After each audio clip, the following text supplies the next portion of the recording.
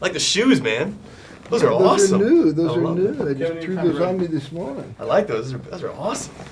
All right. Well, first of all, congratulations on the role. Thank you. I was just stunned how badass it was. It was just so Yay. cool. Let me ask you, did you ever have a chance to meet John Wayne? Did you? Never did. No. Your father knew him though. No, I don't think so. I don't remember him talking about it. He might have met him, at a party or Yeah. an event or something, but they never worked together. Did you feel pressure taking on such an iconic role like that? Because I know you're covering kind of the novel character, but did you feel pressure, like knowing that John Wayne did play that role?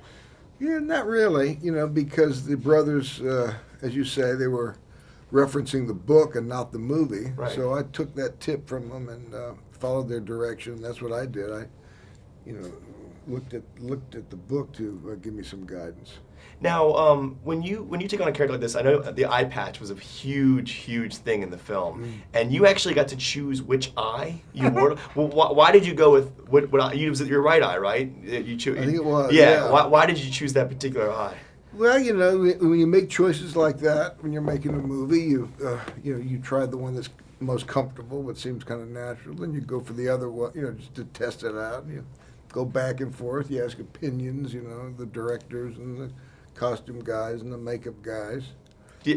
And basically they said, well, whichever one you want, what do you feel? And they were, I went with the right one. It wasn't that big a deal. Finally, at the end, it just kind of felt like that was the best one. Now, talk about the difference between working with the Coen brothers back in '98, obviously for Big Lebowski, and now in True Grit. How has their directing style changed? Have you noticed a maturing in their directing, or are they still the same Coen brothers? Just the exact same guys. Yeah. Well, what they do, these guys, is that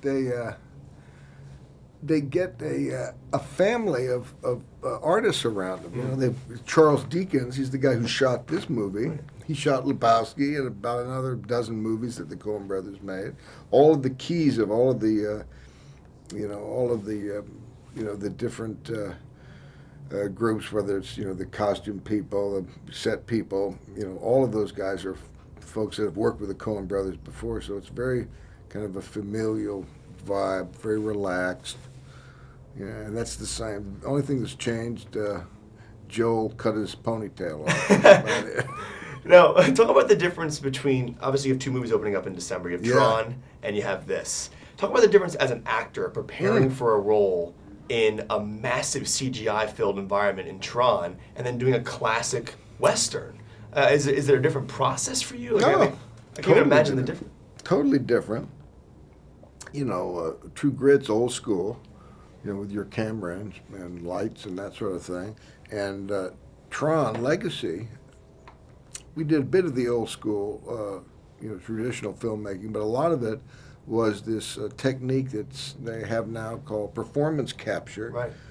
where everything from the camera angle, the sets, the costume, everything is done in post-production.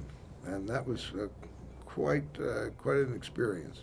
Well, you're phenomenal in both films. I gotta tell you right now, I've never looked at rugs the same since I saw the Big Lebowski. Do you have a lot of rugs in your house? Yeah. Well, it's a pleasure meeting you. Thank you so All right. much. I appreciate it.